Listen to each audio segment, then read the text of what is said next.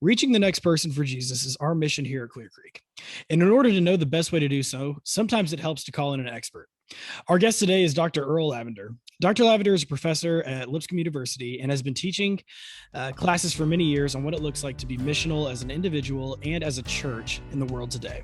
Let's chat about that.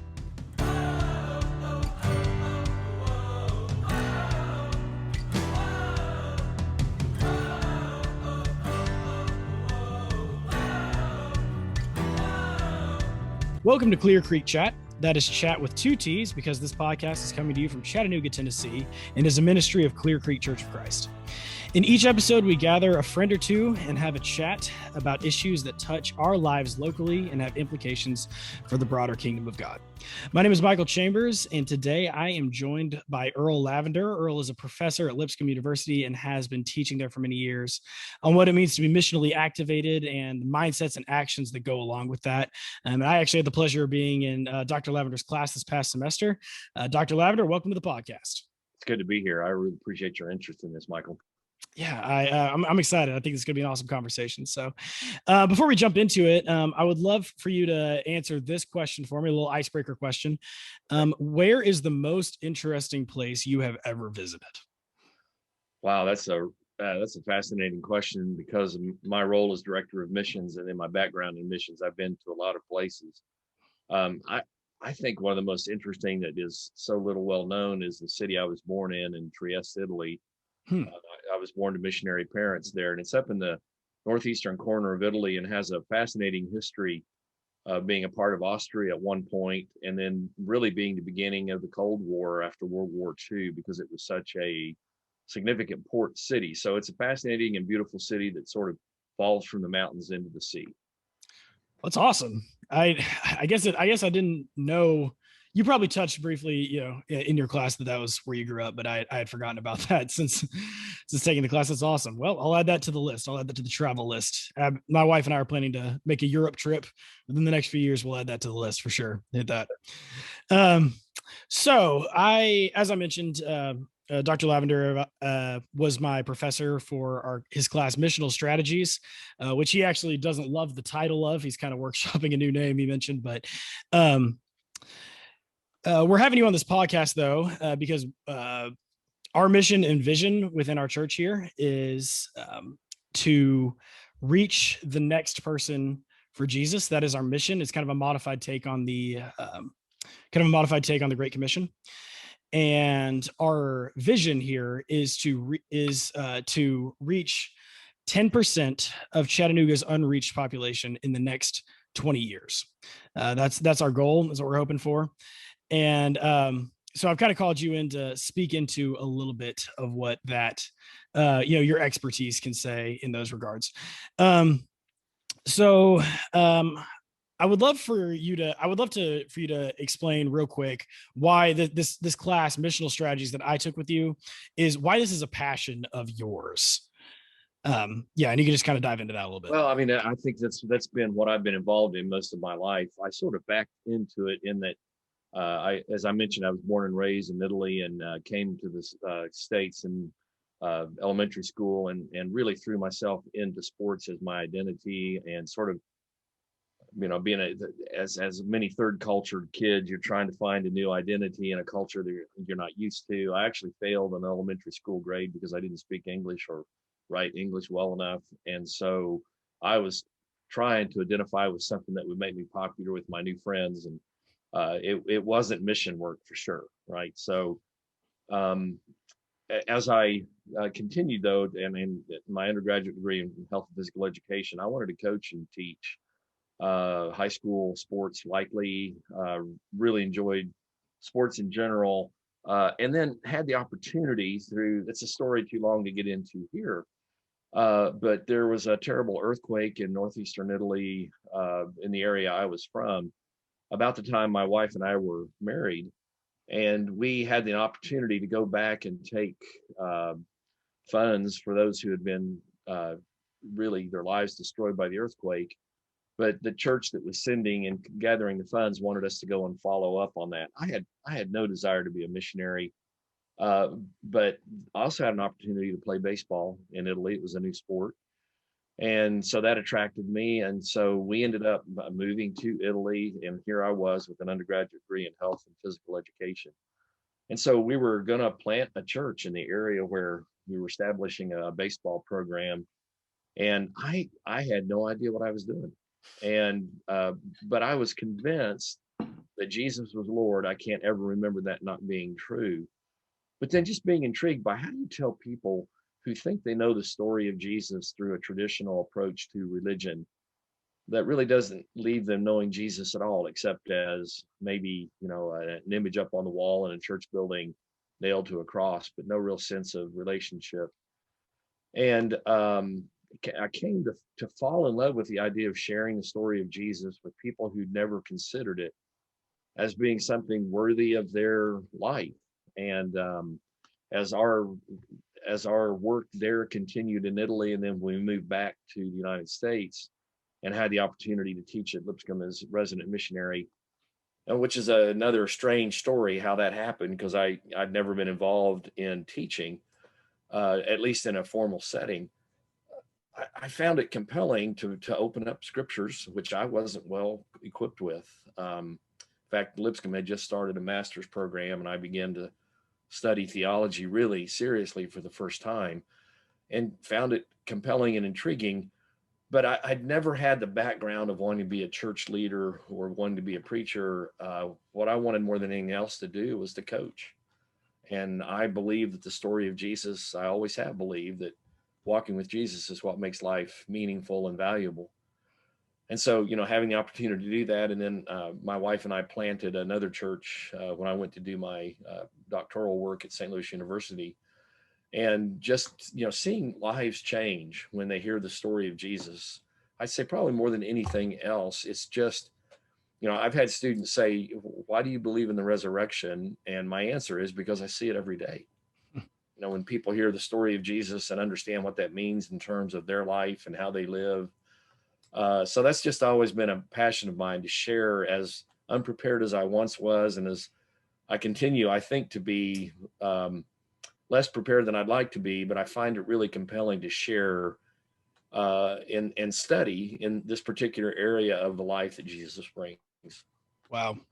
Yeah, I love that. Especially, you getting into your story a little bit there, as a man who's lived so much life, you still see that, like, the one thing that keeps giving you life and keeps feeding you is seeing people hear the gospel and see people come to know the gospel, which actually feeds really well into this next question. In our class, we talked about this idea of becoming the gospel. That was a subject that was it was the title of one of the books that we read. But when we think about the gospel, a lot of times we think about it, us Buicks, as I like to call us, brought up in church kids, brought up in church people. When we think of the gospel, a lot of times we just think of the standalone story, or as like a tool to be used. But you've refined within this class the idea of sharing the gospel is not just telling the story, which is important, but also living the story and becoming the gospel with how you live.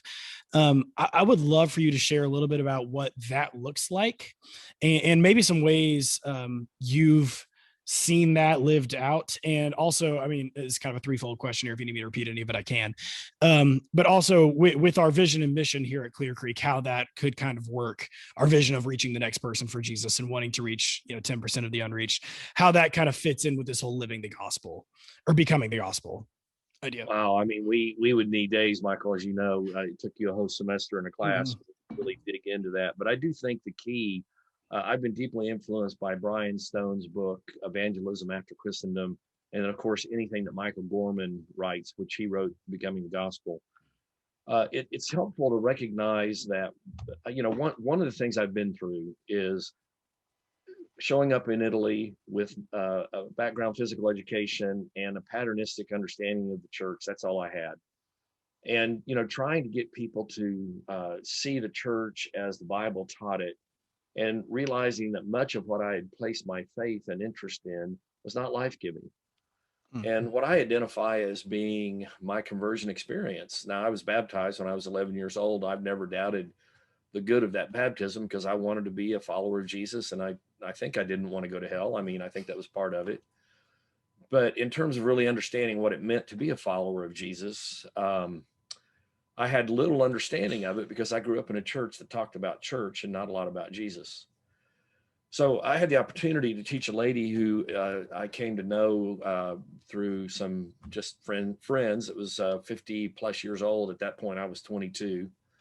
And she said, "Hey, I heard you're some kind of religious guy. Why don't you come and try to convert me?" And I didn't realize that she was an affirmed atheist and had been for a long time. It's She quite just, an invitation. yeah, well, and she was sort of like, "Bring it on, big guy. See what you got." Mm. And so, I started my approach. The only thing I had was, I don't know if you've ever seen one of these. It's called Way of Salvation, New Testament, but it has different verses marked. And, you open it up, and basically the introduction says, this is my paraphrase: "You're not smart enough to figure this out, so I'm going to guide you through this. Go to page 47 and read verse 7 and 8. And then, okay, then go to page 49. I mean, it was all marked. And so I'd taken an Italian New Testament and painstakingly put all those notes in. So I sat down. Her name was Leda. I sat down with Leda, and I started into this, and she goes, "You don't read a book that way. I've never read a book that way. What are you doing? You're making that book say what you want it to say. Let's read the book." And so I was smart enough to know that she was the one with life experience and not me. So I said, "Let's go to the Gospel of Mark and read through Mark." It was the shortest one. That was my main reason for saying Mark. And I said, "Tell me what you hear as you read the story." And she'd never read the story of Jesus. And you know what? I mean, I was 22 years old, grew up in church, missionary parents. I'd never read through a gospel ever, Mm. not straight through like that. And it took about an hour and a half. And when she finished reading that, she was weeping and wanted to be a follower of Jesus. And you know what? I did too. I thought, man, this is awesome stuff, because she was reading it and it was making her story come alive. And so I think that was the beginning of this idea that there's so much more to the gospel than just information on how to do church. Mm. It's a way of life. And, then we studied through the Gospel of John, and man, we got into deep waters there that I didn't even know how to navigate. Mm-hmm. But she did. And she became a believer, baptized her and her entire family. It was a wonderful story. But the thing that because I think I was blessed to not have training, I have to be careful with that, because I'm involved in training. That's my work. But I didn't have preconceived notions on how to evangelize. I believed that the story somehow would be powerful enough in and of itself. And Mm. so then I also began to notice that the people that had the biggest impact on me were not the people who knew all the church rules. It was people who had learned how to be like Jesus. They had become the gospel. And so that's just been, a story that I've seen repeated over and over again.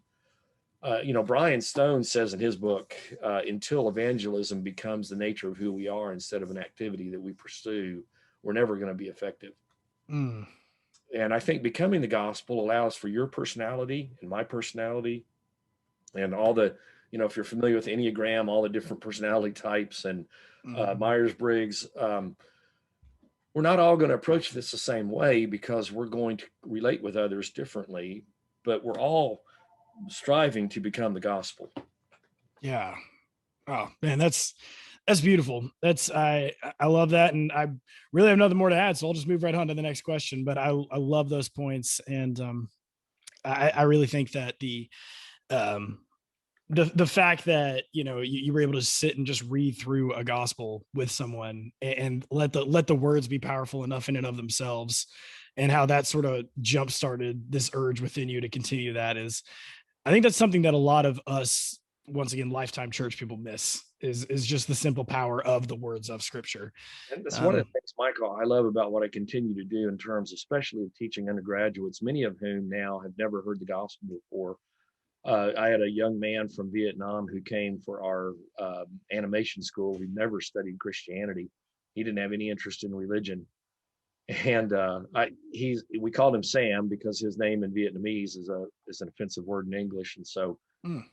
he went by Sam, but he would sit in this large classroom, and it was a story of Jesus we were studying. And occasionally he'd just break out and say, did he really say that's the coolest thing I've ever heard? And then of course he'd look around and he'd be all embarrassed but the students that I tell the story to have never heard the story, and they're open to it. It's just amazing Yeah. to see what an amazing story it is. And so many of us know it so well that we've lost our amazement. Yeah. Yeah, that's amazing. I love that. We'll move right along here. So one of the first subjects we dove into is this idea of culture. And we sort of defined it and tried to understand its role in the gospel and living on mission and how that all works. So my question here is, uh, would you mind to briefly walk through this idea of culture and how we as the church and the embodiment of the gospel can be like the culture makers that we're called to be? And I say culture makers because within our book, it's not necessarily culture changing, it's culture making. Would you mind to sort of jump into that a little bit and how that That's sort such an of, important topic, yeah, Michael, because I think churches tend to be anti-cultural, or they get so absorbed in culture they lose their identity. And we look at culture as something outside of ourselves, but we really can't, because culture is the milieu of the life in which we live. I've had some people say, well, I know I don't mess with culture. And I say, are you speaking the language right now? And they go, well, yeah, it's too late because that's culture. yeah, You can't avoid it. The question is, what are you going to do with it? And this Andy Crouch's book, Culture Making, has been the best approach I have seen for helping us come to recognize that culture is just simply what we make of the world, and that all of us are constantly making something.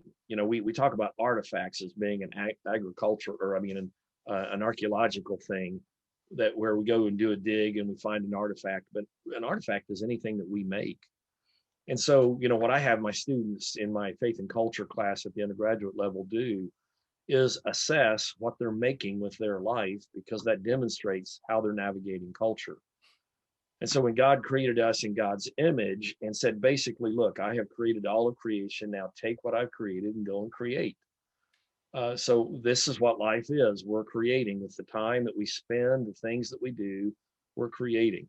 And so we're making culture. And rather than trying to resist it, what we need to do is to make more of the culture that honors Jesus. Basically what I challenge my students to do is say, look, you're going to give your life to some story that gives your life meaning. You have no choice. It's either going to be materialism. You name all the isms and then all the world religions, and these are things that we give ourselves to seeking meaning. And I said, whatever story you choose is going to, for the great part, decide what you're going to make with your life. And sometimes you can look and see what you're making and back it up and say, okay, this must be what I believe. But if we're taking our life and making things for the good of others, whatever vocation you go into can be the continuing creative work of God. This is where I think, and Michael, this, one of my great concerns is, I think one of the most underutilized resources in the world are Christians who sit in the pews and never really get engaged in making anything other than, they go to work, but they don't go to work in order to praise God with what they make. They go to work to pay the bills. And Jesus tells us there's a different way to live. Live trusting God, so that what you make is, whatever that is, you're making something to God's glory. mm, And so, the idea of navigating culture is, can we take that which is good in culture and demonstrate it as being good? Can we, Paul's admonition to test everything, to hold on to that which is good and turn away from that which is evil. That's that navigating culture.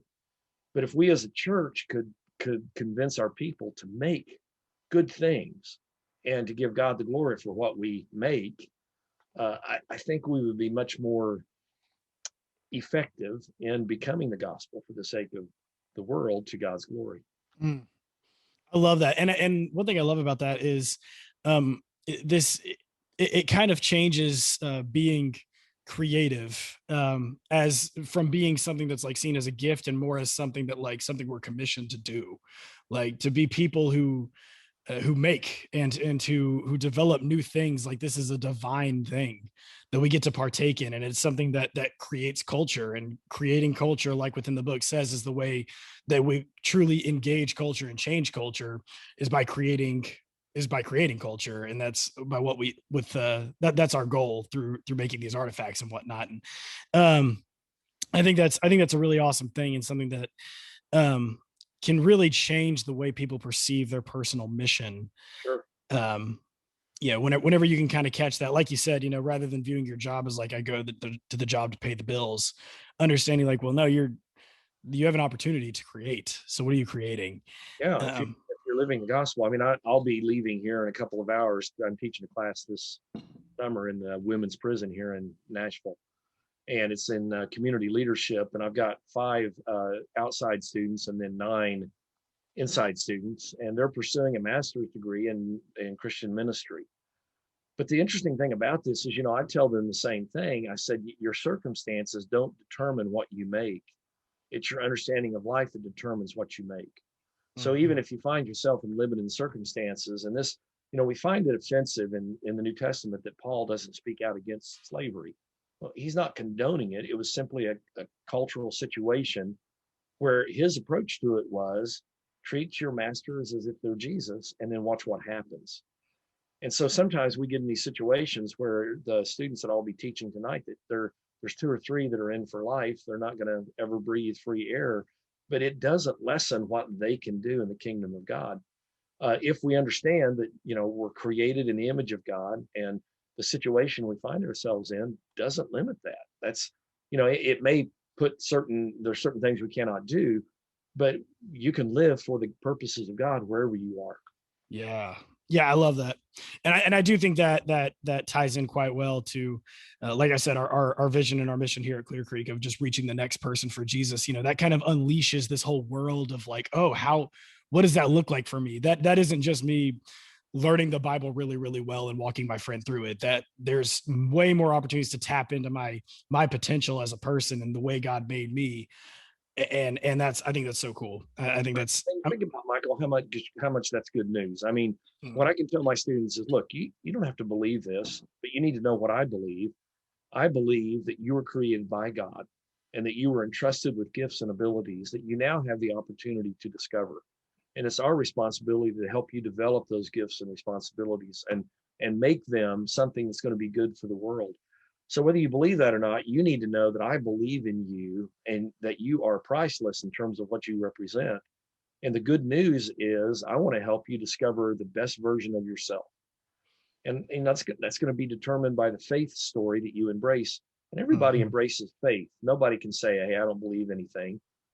You have to believe something or you can't get out of bed in the morning. So you either believe in materialism or you believe in, consumerism, secularism, whatever it is, narcissism. You get out of bed for a reason. And whatever that is going to direct what you do with your life. And all I'm telling students is, hey, let me tell you a story that makes you of invaluable worth. And what I want to help you do is find the song that joins the entire song of creation. You've got a part to play, and I want to help you find it. And it's so fun watching students come to life. I had a student last semester who, after the semester's over, so I doesn't have anything to do with grades, but he wrote me an email and said, I just want you to know that I'm a music major and I had lost all of my creativity. And he said, after the end of last semester, I found my life and my song again. And I want you to hear some music that I've written since. And it was stunningly beautiful. So I love that image that when the story of Jesus is properly understood, you find your song again. Oh, yeah. That's beautiful.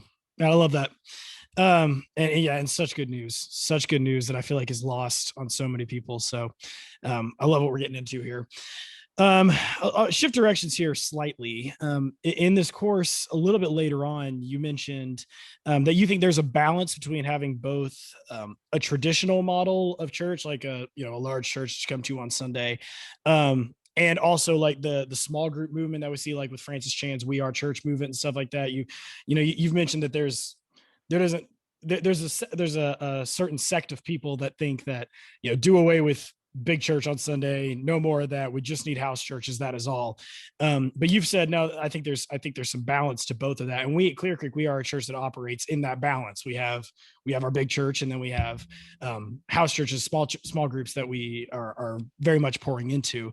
And as a church that operates that way, I would love for you to share a little bit of your insight into how you see the balance there and why you see that as a good thing. I think what's most important is to realize what is it ultimately that you're trying to produce. And I do think that in some ways, big church has inhibited the opportunity that we've had to develop the individual giftedness of each member, because it's real easy. And I know that I've been to Clear Creek and you're doing wonderful work there, and I've really enjoyed my time among you. It's been a few years, but I mean, I love the sense of fellowship and family that I sense there. So that's good. But I do think that in many places, church is the easiest place to hide. And you can walk into a large assembly and leave and not really talk to anybody, or anyone knows that you there. And now you've accomplished your religious purpose if that's what you're looking for. You've heard a sermon, you've heard, taking the Lord's Supper, whatever, you've gone home, but you're not any more involved in the kingdom than you ever were. Now, there are other churches that function quite well in terms of engaging people in ministry. That's what my primary concern is. So my concern was saying, okay, we've got to all go to small groups and small house churches. Well, that limits some of the things you can do. You know that as a large church, you're financially able to do things that you would not otherwise be able to do. And so there's trade-offs. I think the important thing is that you keep your focus on, are we trying to be more like Jesus every day? Are we becoming more like Jesus by what we do? So that whatever you do, because I know churches that have an elaborate small group network and are doing amazing things in their small groups, but they're not growing in the image of Jesus. They're active. One of the things I pointed out in the class, and by the way, Michael is an excellent student. But thank you. That's why I brought you here. Yeah, one of the things that I pointed out was that there's a lot of things in churches that are active. It's activity, but it's not ministry. And what makes it ministry is when there's spiritual growth involved and people are benefiting from it spiritually. So I think the main thing I'd like to say is it's not so much the format of how you do church, but the reason and the objectives of what you do when you come together. And I do think small groups are incredibly important in terms of getting everyone involved. But I also think there's a place for large church as we now see it, as long as it's still focused on challenging every individual to grow in the image of Jesus. I love that. That's wonderful perspective. And taking it from sort of the large church into more of an individualized kind of direction here. I'd love to hit you with this one last question. So you're a guy who has been academically trained, you got your doctorate, and but you've also spent some time in formal church leadership roles, correct? You've done some of that as well. Yeah. I mean, obviously you've church planted and, you got into that. So you have an interesting perspective from both an academic side and also sort of a hands-on practical angle. So if you were to give some words of encouragement or even some coaching, you said you are a coach at heart, some coaching to even our people here who are trying above all to reach the next person for Jesus, based on your expertise, what would you say to the individuals who are listening to this podcast, our tens of listeners, as we often say, who are wanting to focus their hearts on, or what would you advise them to focus their hearts on? What would be maybe the practical steps? And what would be, I mean, if you have any examples of ways you've seen people really catch that vision, or anything really you'd like to share? Well, I mean, as a coach, and I've coached a lot of different sports, and my wife and I co-taught or co-coached the academy cross country team for 15 years together, won multiple state championships, but we never talked about winning. But what we did talk about was the importance of not only the workout, but understanding how your body functions. So it takes both a knowledge and then a practice that leads to better living, right? So I think in my experience in missions, and I want to be careful with this because it's going to come off sounding judgmental, but one of the things when I came back from being on the mission field for multiple years as an adult, I was struck with how few of the missionaries that I had encountered were intellectually prepared for the responsibilities that they had assumed. They were unprepared. And so their lack of knowledge really hindered their ability to navigate culture well. They knew what they knew, but they didn't know anything else. So, they knew how to do church in a particular way.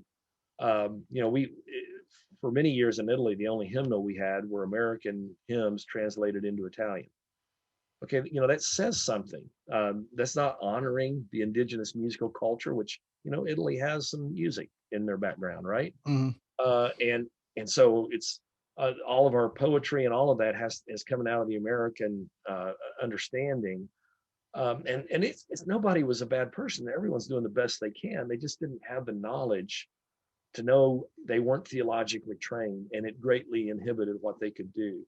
Now, I've also, in the academic realm, I know an awful lot of academics. In fact, we've got a conference going on right now on campus where you have these people who are incredibly academically trained, but they're not doing anything with it other than presenting.